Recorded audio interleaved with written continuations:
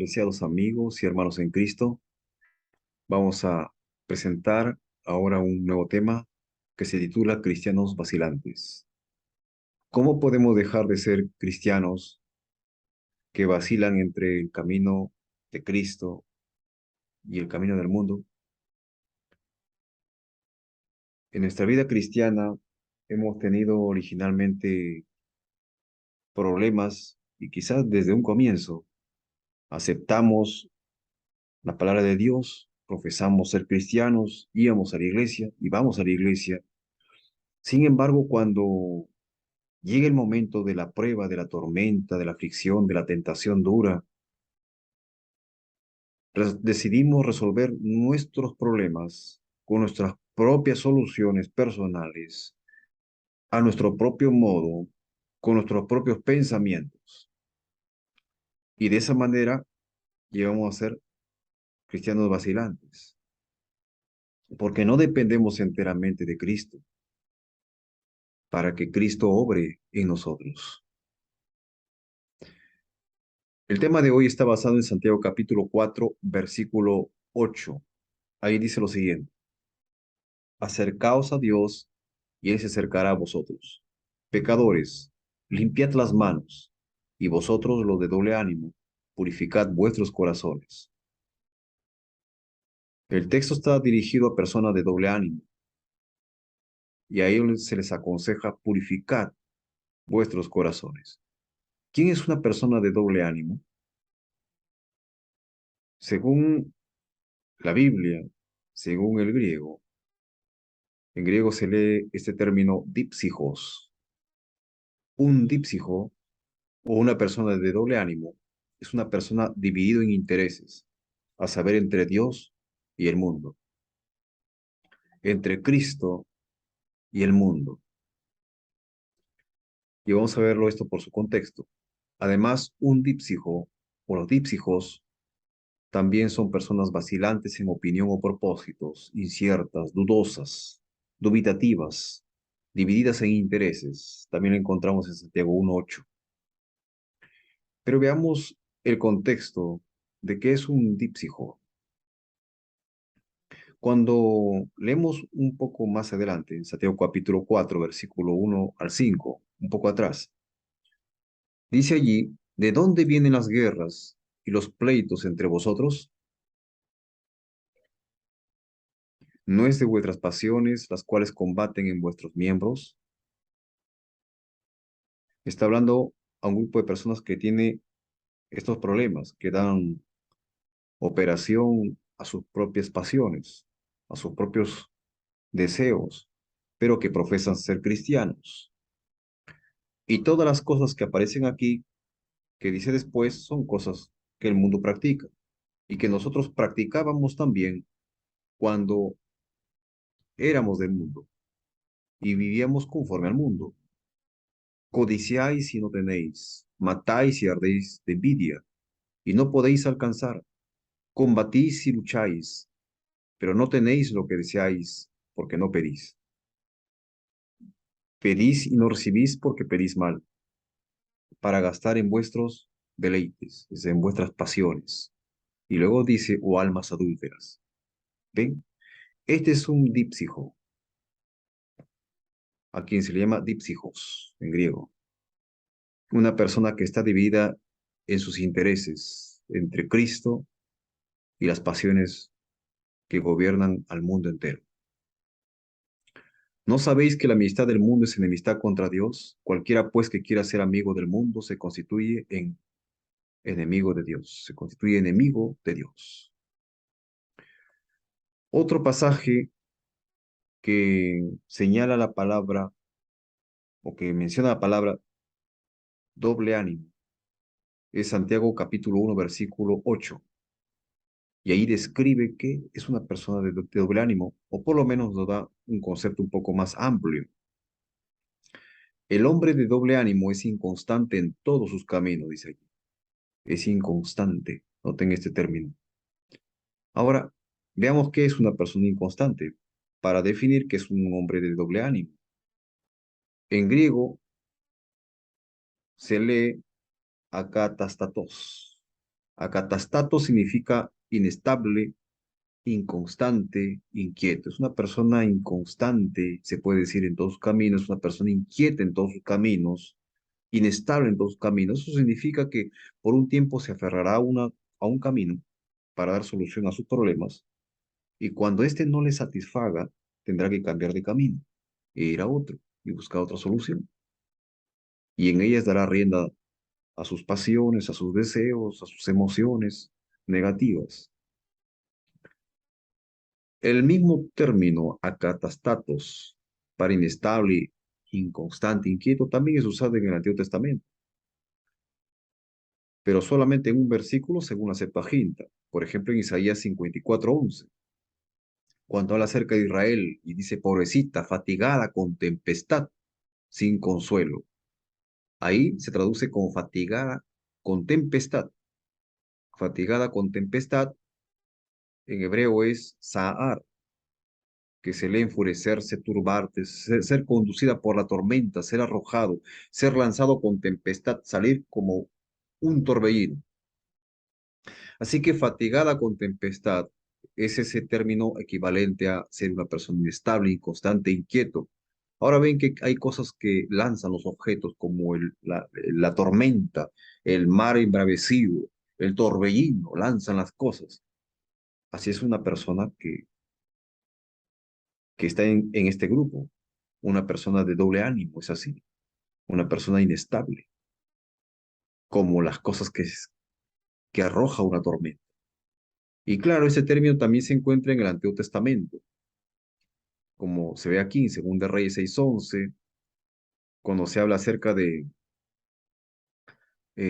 por ejemplo, de Siria, dice, se turbó, o en Oseas 13:3, cuando habla acerca de la tempestad que arroja de la era, esparcir, dispersar, con Habacuc 3:14, o en Jonás 1:11 al 13, conocemos esta historia, cuando el mar se embraveció más y más en el momento cuando Jonás estaba en la embarcación huyendo de Dios. Veamos pues lo que dice en Santiago capítulo 1, versículo 5 al 8 en su contexto, porque ya hemos leído Santiago 1 al 8 que dice que el hombre de doble ánimo es inconstante en todos sus caminos. Entonces, ¿pero a qué se refiere? ¿Cómo es que es inconstante en todos sus caminos? En su contexto dice, si alguno de vosotros tiene falta de sabiduría, pídala a Dios, el cual da a todos abundantemente y sin reproche. El consejo divino nos dice que debemos pedir sabiduría a Dios, el cual da solo a los justos, no, sino a todos. ¿Y da poco? No, da abundantemente. ¿Y acaso nos censura, nos culpa por las cosas malas que hemos hecho? No, sino nos da sin reproche y nos da abundantemente y a todos cuando le pedimos sabiduría. Y luego dice, pero pida con fe, no dudando nada, porque el que dude es semejante a la onda del mar que es arrastrada por el viento y echada de una parte a otra. No piense, pues, quien tal haga que recibirá cosa alguna del Señor. El hombre de doble ánimo es inconstante en todos sus caminos. O sea, una persona que no cree que Dios le dará sabiduría es como la onda del mar, que se arrastra de una parte a otra, es inconstante. Es como esa onda que es impelida por el mar con fuerza. Y es curioso que en el Nuevo Testamento, cuando vemos ilustraciones que da Jesús, se muestra el mar tormentoso asociado también con la fe. En dos ocasiones, cuando los discípulos se encontraban siendo abatidos por tormentas grandes en el mar, y en el momento cuando también Pedro vaciló en su fe, y cuando entonces vino Jesús, apareció Jesús y le dijo que venga, y aparece entonces el fuerte viento y tuvo miedo, ¿no? Y le dice, hombre de poca fe, lo cual significa que cuando Cristo está con ellos, y lo mismo también puede suceder en nuestra vida, cuando Cristo está con nosotros, cuando Cristo puede haber ordenado con su palabra que tú seas libre, entonces aparecen también las pruebas. De pronto aparecen pruebas pero en esas pruebas contemplamos la tempestad en lugar que Cristo. Y al contemplarlas nos vienen miedos y el miedo trae la duda. ¿Será que Dios está conmigo? ¿Será que Dios está dirigiendo mi vida? ¿Será que el Señor me abandonó? Y todas esas cosas aparecen. Pero Dios sabe todas las cosas y nos va a dar sabiduría cuando la pidamos con fe. Este término dipsijos en griego, en el Antiguo Testamento no aparece así. En hebreo se lee doblez de corazón. Bueno, así se ha traducido en la versión 60. Pero en términos hebreos es lep, walep significa corazón y corazón. Significa corazón y corazón significa una persona que tiene dos corazones. Y nosotros no podemos tener dos corazones, mejor dicho, dos propósitos, dos intereses, sino tenemos que tener un único interés. Es Cristo, no nuestros pensamientos, sino los de Cristo. Así en Salmo 12:2 se lee, de los impíos, habla mentira cada uno con su prójimo, hablan con labios lisonjeros y con doblez de corazón.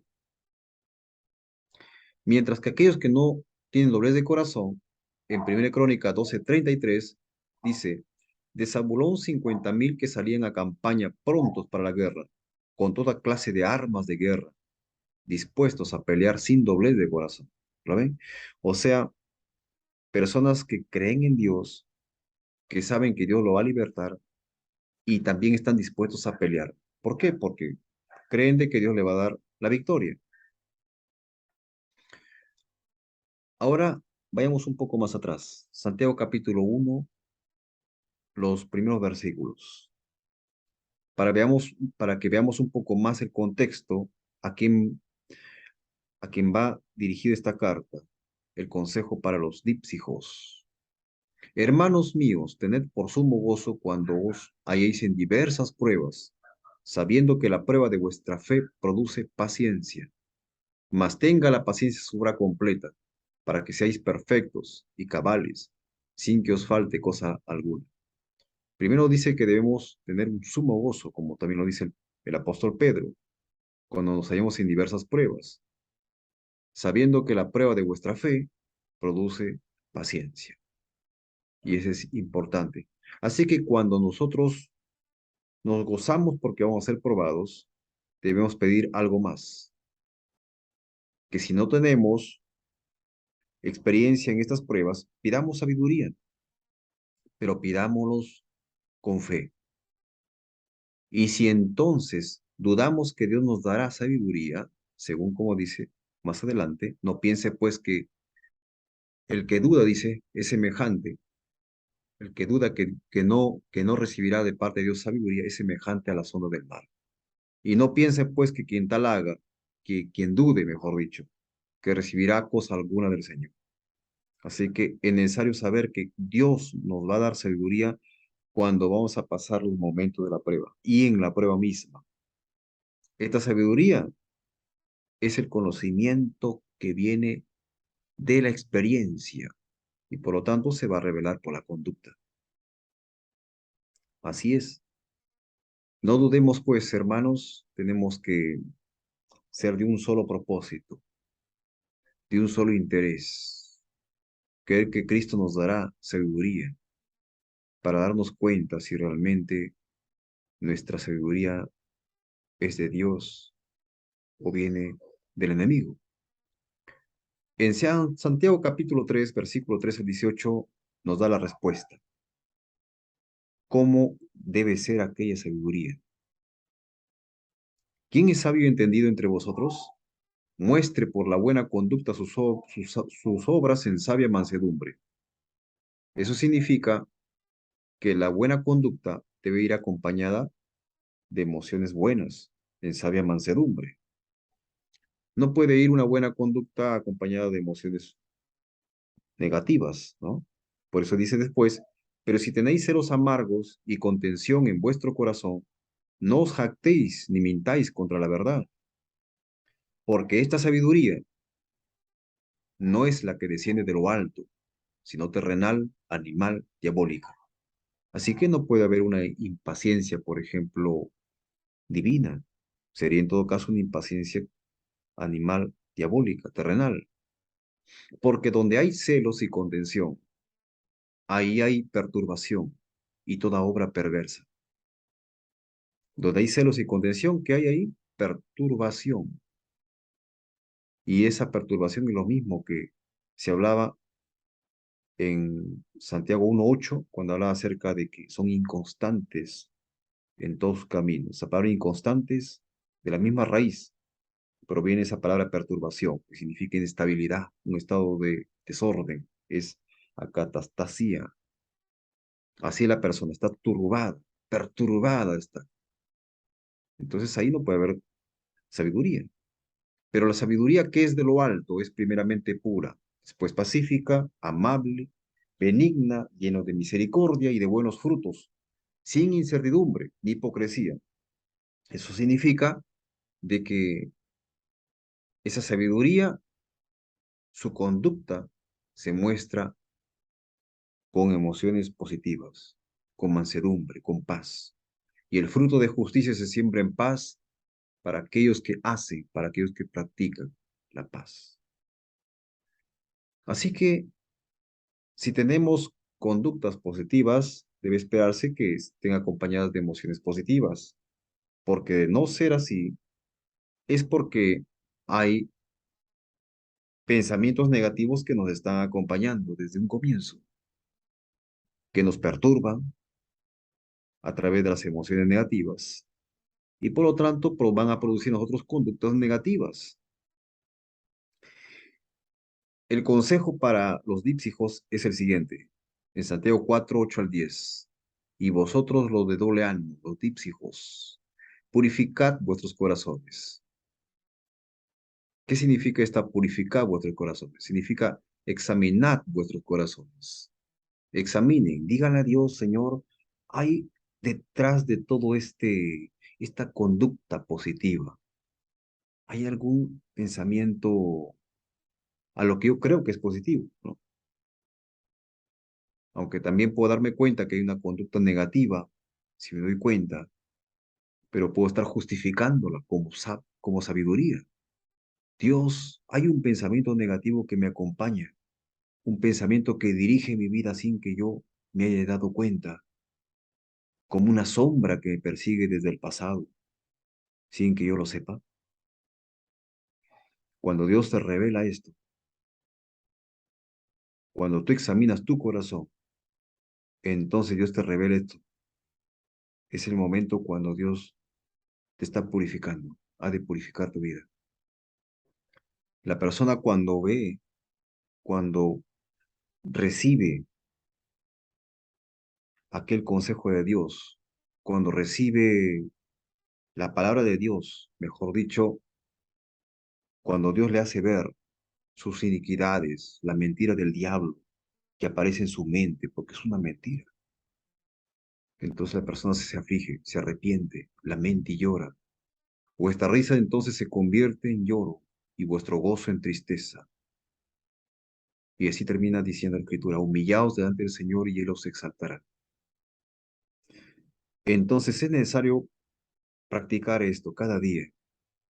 Purificad vuestros corazones.